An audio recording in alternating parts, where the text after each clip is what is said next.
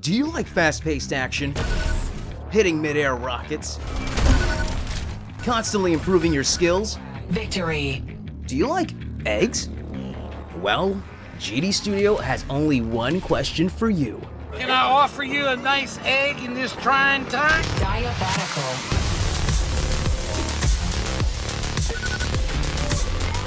That's right, Diabotical is now out of early access and has officially been released on the Epic Games Store. It's a free-to-play arena FPS, and if you're not aware what that is, it's usually described as a multiplayer shooter in which all players spawn in an arena with similar weapon loadouts. These players must then fight for control of various weapons, health, and power-ups that are spread throughout the map to gain the advantage during firefights. Arena shooters have spanned decades with such games as Unreal Tournament, Quake, and it might seem surprising, but even the Halo series. The YouTuber Mako has made a wonderful video explaining the genre, and I highly suggest you take a look at it. It'll give you a nice sense of what you'll get into when you play Diabotical. Now, before we even get to the gameplay itself, I need to emphasize how much this game is catered to the player when it comes to customization. Nearly every aspect of the in-game interface can be customized. You can make custom crosshairs for individual weapons. You can change every aspect of the HUD elements. And you can even customize individual weapon sensitivities and FOV options. And if you feel not as inclined to tinker with the HUD settings yourself, it's simple for people to share their creations with the Diabotical community due to a simple copy and paste option for both custom crosshairs and HUDs. This game has everything to make the player as comfortable with their settings as possible. And honestly, feels as though this should be the gold standard for every FPS game in general. Next up is gameplay, and like I mentioned before, this game is fast-paced, and that's due to the way the movement works in Diabotical and many other arena FPS games. Quick movement in these games are essential. Sure, you could go from point A to point B just by holding down the W key, but look how slow I'm moving by default. This slow movement is highly discouraged, especially during an objective-based game type, where time and positioning is of the essence.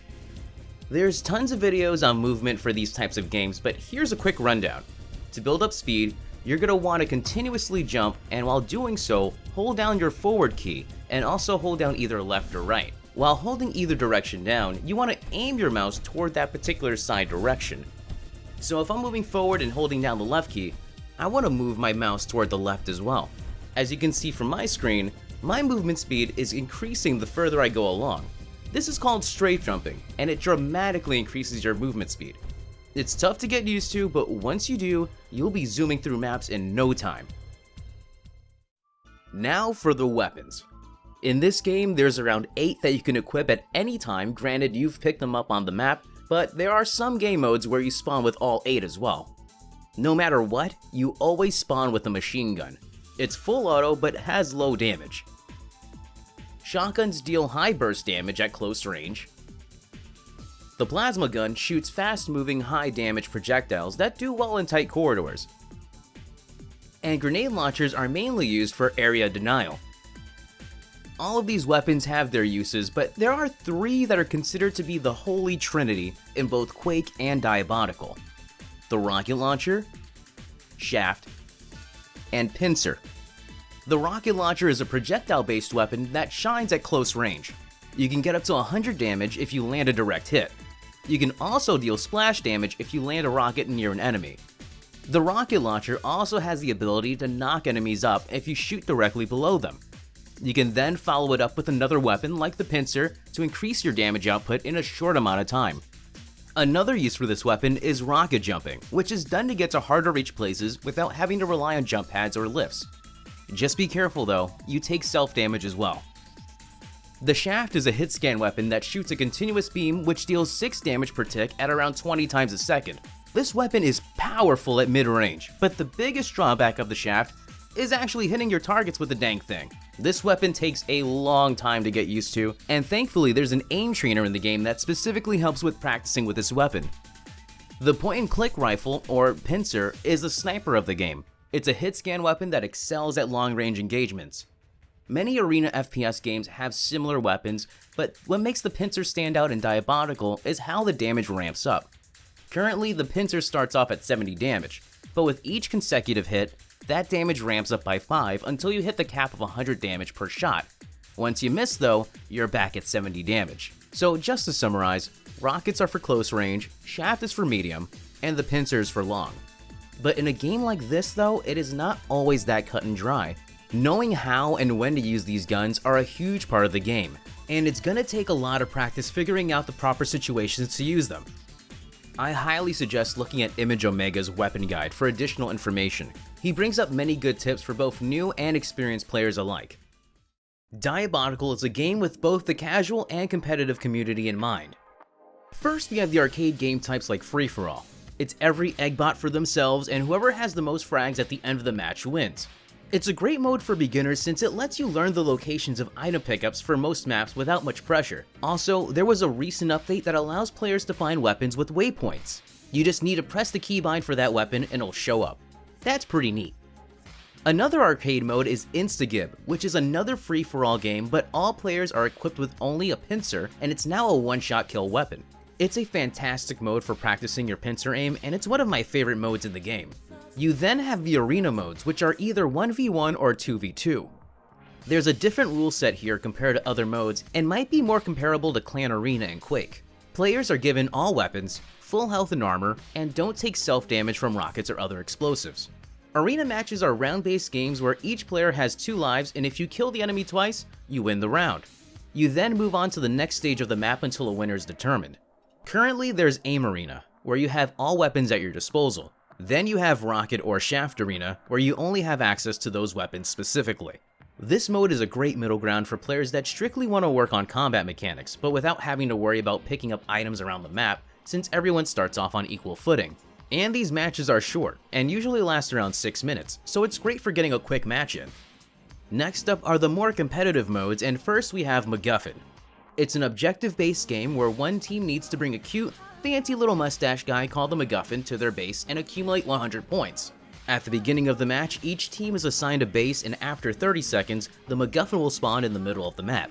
Both teams then fight for control of the cute little guy and bring it back to their own base.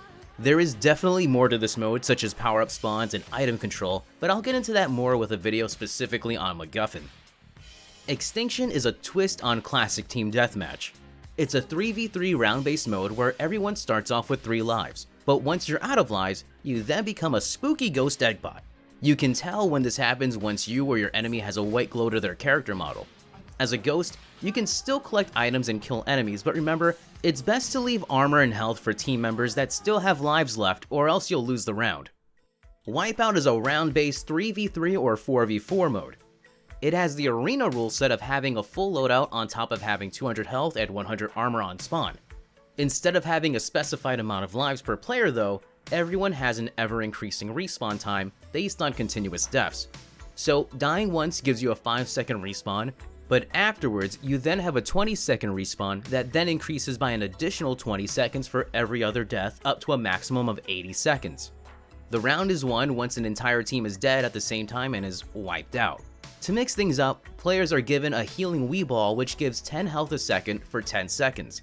You can also stack them on top of other healing Wii Balls to increase your heal amount. You do only have 1 per life though, so use them wisely. Now, I personally believe this mode is a great way for linking both the casual and competitive community together. It's a mode that's easy to get into, and there's just the right amount of strategy when it comes to combat and team coordination, and less worrying about timing item pickups, which is a tough concept for newer players to fully understand, on top of learning general game sense, shooting, and the movement mechanics. Last but not least, we have Duel. It is a 1v1 mode, and there's one simple rule: outfrag your opponent. There's also an interesting mechanic unique to Diabotical, which is called the golden frag. You see, the match starts off with a 12-minute time limit, but it gets reduced by 30 seconds depending on the score difference. So if you're in the lead by 4, the time limit then becomes 10 minutes. This is a factor because once the timer hits 0, the golden frag kicks in, and whoever is in the lead must kill their opponent one more time to win the match. This also means the losing player has a chance to catch up and win the game as well if they're able to pull it off. Duel is quite literally the genre-defining game mode in any arena FPS. Even Joe Rogan knows about this. Have to have like real hand-eye coordination and skills Like, you learn things like tactics, you learn how to move around maps, you learn how to control resources. Controlling resources is giant. And he's right. Item control is a huge part of this mode. It dictates where both you and your opponent will be on the map and how well you'll handle fights. This mode is intimidating, especially since many veterans of the genre understand the mechanics behind dueling, and you will probably run into them from time to time while starting out. But don't worry. There's tons of resources out there that will help you if you're willing to learn. The Diabotical District is a wonderful community looking to help all levels of players, especially the inexperienced. They've posted many guides for newer players, and I highly suggest checking out their website and Discord for more information. The links will be in the description. Now, if you haven't guessed it by now, I'm really digging this game. But what I love the most is how much the devs are actually listening to community input, unlike other games. Already, there's been tons of great patches in place since the game's release. They've even stated that they're doing 100 patches in 100 days. They're also working on getting new maps into the game through testing by giving players access to those maps through custom games and allowing player feedback. They've even started a $30,000 mapping contest that will have the winner's maps playable in Season 2. Well guys, that's it for this video, and I hope you found it informative enough to want to try this game out for yourself. It's tons of fun, and there's plenty to do from casual play all the way to competitive. If you have any questions about the game or have any suggestions for future videos, leave it in the comments section below. Also, I do stream from time to time on Twitch, so if you want to catch me there, leave a follow. Thanks guys, and peace out.